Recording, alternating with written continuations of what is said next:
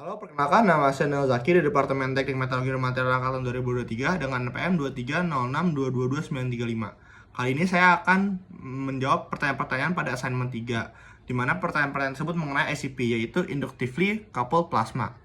Untuk pertanyaan pertama, apa prinsip dasar dari ICP dan bagaimana teknik ini digunakan untuk analisis multi elemen dalam sampel? Nah, ICP sendiri adalah salah satu teknik spektroskopik emisi atom yang paling kuat dan sering digunakan dalam analisis kimia. Teknik ini memanfaatkan plasma yang sangat panas untuk mendeteksi atom-atom dalam sampel, sehingga memancarkan radiasi elektromagnetik pada panjang gelombang spesifik untuk setiap unsurnya. Nah, prinsip kerja ICP sendiri itu seperti apa sih? Nah, prinsip kerjanya itu yang pertama ada pembentukan plasma, di mana gas argon dialirkan melalui sebuah kumparan induksi yang menghasilkan medan magnet bolak-balik. Selanjutnya, medan magnet ini menginduksi arus listrik pada gas argon dan menghasilkan panas yang sangat tinggi sehingga mengionisasi gas argon menjadi plasma. Nah, suhu plasma dapat mencapai 6000 sampai 1000 Kelvin, cukup untuk mengatomisasi dan mengeksitasi hampir semua unsur. Selanjutnya ada penggabutan sampel, di mana sampel dalam bentuk larutan diubah menjadi aerosol halus menggunakan nebulizer. Aerosol ini kemudian diintroduksi ke dalam plasma melalui torch atau obor. Selanjutnya ada eksitasi atom, di mana atom-atom dalam sampel yang teratomisasi di dalam plasma akan menyerap energi dari plasma dan tereksitasi ke tingkat energi yang lebih tinggi. Nah, selanjutnya ada emisi radiasi, di mana atom yang tereksitasi akan kembali ke keadaan dasar dengan memancarkan radiasi elektromagnetik pada panjang gelombang spesifik untuk setiap unsurnya. Yang kelima ada deteksi, di mana radiasi dipancarkan oleh atom-atom tersebut, kemudian dipisahkan berdasarkan panjang gelombangnya menggunakan monokromator. Intensitas radiasi pada setiap panjang gelombang diukur oleh detektor, yang kemudian dikonversi menjadi sinyal listrik. Sinyal listrik ini sebanding dengan konsentrasi unsur dalam sampel. Nah, selanjutnya adalah penggunaan ICP untuk analisis multi elemen. Nah, ICP sendiri sangat cocok untuk analisis multi elemen karena beberapa alasan. Yang pertama, memiliki sensitivitas yang tinggi, di mana ICP mampu mendeteksi konsentrasi unsur yang sangat rendah, bahkan hingga tingkat ppb atau parts per billion atau lebih rendah. Nah, linearitas lebar. Kurva kalibrasi ICP biasanya linear dalam rentang konsentrasi yang luas, sehingga memudahkan kuantifikasi. Nah, selanjutnya ada presisi yang tinggi, di mana ICP memberikan hasil yang sangat presisi dan akurat. Analisis multi elemen dalam suatu analisis ICP dapat mendeteksi banyak unsur secara simultan. Nah, terakhir ada matriks toleransi, di mana ICP relatif toleransi terhadap matriks sampel yang sangat kompleks. Nah, untuk pertanyaan kedua, jelaskan perbedaan antara ICP OES atau Optical Emission Spectroscopy dan ICP MS, di mana mass spectrometry, serta berikan contoh aplikasi di mana masing-masing teknik lebih disesuai digunakan. Nah, yang pertama, perbedaan utama dari ICP OES dan ICP MS dari berbagai aspek. Yang pertama dari aspek deteksinya, di mana OES mendeteksi radiasi yang dipancarkan oleh atom yang tereksitasi, sedangkan MS mendeteksi ion berdasarkan rasio massa terhadap muatan. Nah, kalau dari segi sensitivitasnya nih, OES lebih rendah dibandingkan ICP yang MS, dan MS lebih tinggi dan dapat mendeteksi konsentrasi yang sangat rendah. Untuk batas deteksinya, pada OES itu ppb atau parts per billion, sedangkan pada MS itu ada ppt atau parts per trillion.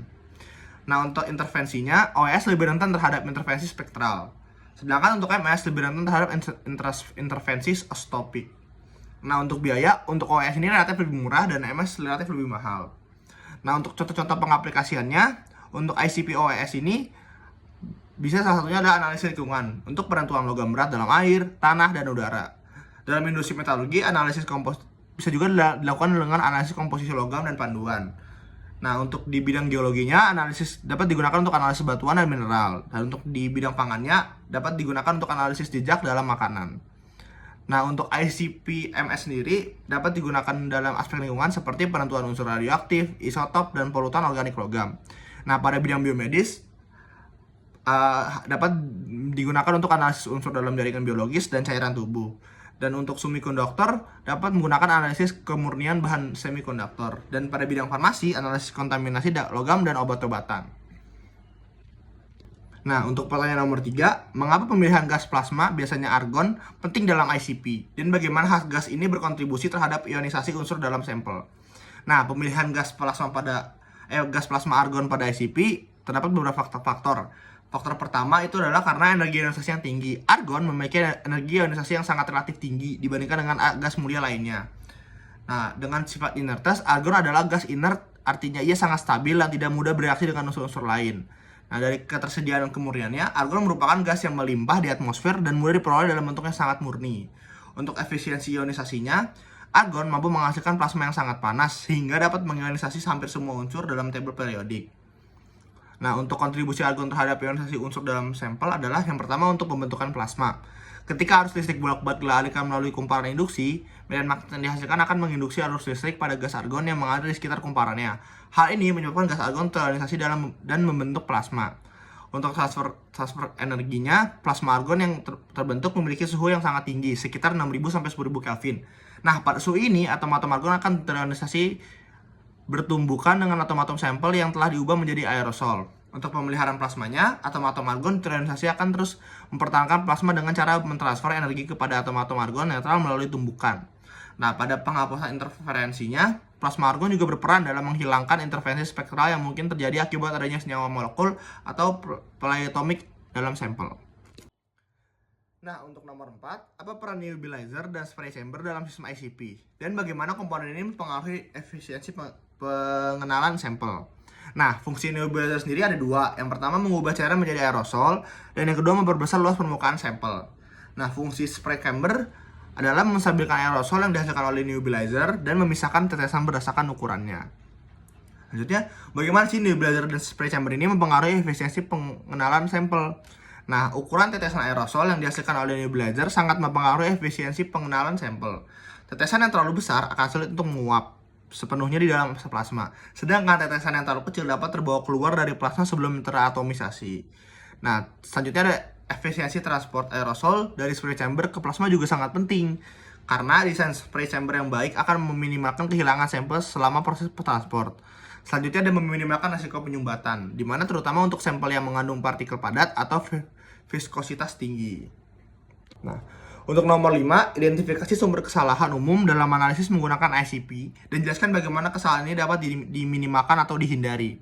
Nah, untuk kesalahan pertama ada dalam kesalahan pada persiapan sampel, di mana terdapat kontaminasi oleh wadah reagen atau lingkungan dapat menyebabkan hasil analisis yang tidak akurat. Nah, solusinya kita dapat menggunakan wadah yang bersih dan bebas kontaminan. Gunakan reagen dengan kemurnian tinggi dan bekerja di lingkungan yang bersih. Masalah selanjutnya adalah jika sampel tidak larut sempurna, maka konsentrasi unsur dalam larutan tidak akan mewakili konsentrasi sebenarnya dalam sampel aslinya.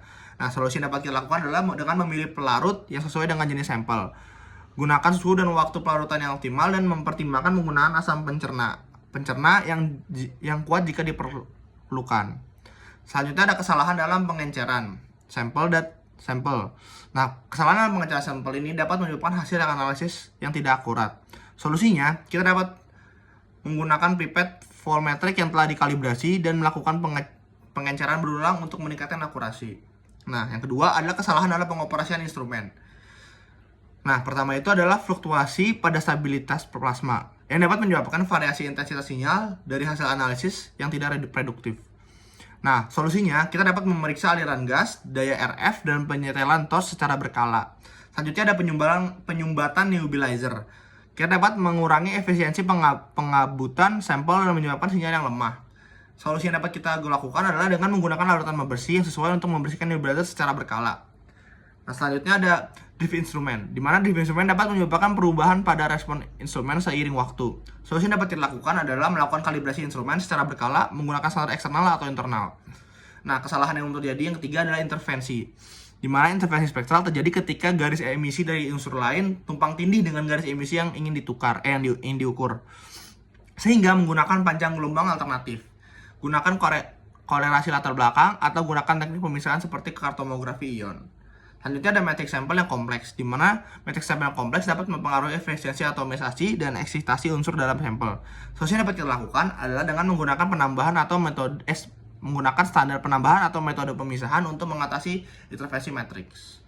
Yang keempat ada kesalahan dalam kalibrasi, di mana kesalahan dalam kalibrasi terdapat beberapa part, di mana yang pertama ada standar kalibrasi yang tidak murni atau tidak stabil dapat menyebabkan kesalahan kalibrasi. Solusi yang dapat kita lakukan adalah dengan menggunakan standar kalibrasi yang bersertifikat dan simpan dalam kondisi yang sesuai. Selanjutnya ada jika kurva kalibrasi tidak linear, maka persamaan regresi yang digunakan untuk menghitung konsentrasi sampel akan menghasilkan kesalahan. Solusi memeriksa kemurnian standar, mempertimbangkan untuk menggunakan standar internal atau menggunakan metode kalibrasi non-linear. Nah, untuk kesalahan kelima ada kesalahan dalam pengolahan data, Yang pertama itu adalah kesalahan dalam penghitungan, di mana kesalahan dalam penghitungan konsentrasi sampel dapat terjadi akibat kesalahan dan dalam memasukkan data dan menggunakan rumus yang salah. Solusi dapat kita lakukan dengan memeriksa kembali semua perhitungan dan menggunakan perangkat lunak analisis data yang telah terverifikasi. Selanjutnya ada interpretasi data yang salah.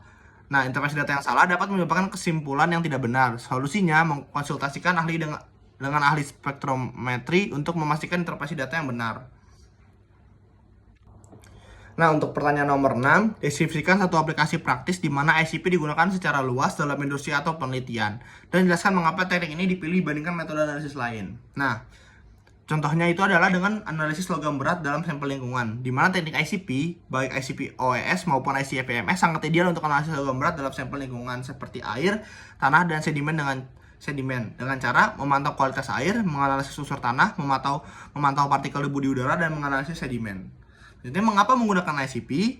Karena ICP memiliki sensitivitas yang tinggi dan mampu mendeteksi konsentrasi logam berat yang sangat rendah, bahkan hingga tingkat ppb atau parts per billion, atau bahkan lebih rendah sampai ppt atau parts per trillion. Nah, selanjutnya dapat mendeteksi banyak logam berat secara simultan, memiliki waktu analisis yang menggunakan ICP relatif cepat sehingga memungkinkan analisis sejumlah besar sampel dalam waktu yang sangat singkat. Nah, ICP memberikan hasil yang sangat akurat dan presisi, sehingga dapat diandalkan untuk pengambilan keputusan, misalnya dalam pemantauan kualitas, lingkungan, atau evaluasi dampak pencernaan. Nah, sekian video saya pada kali ini. Terima kasih. Sampai jumpa.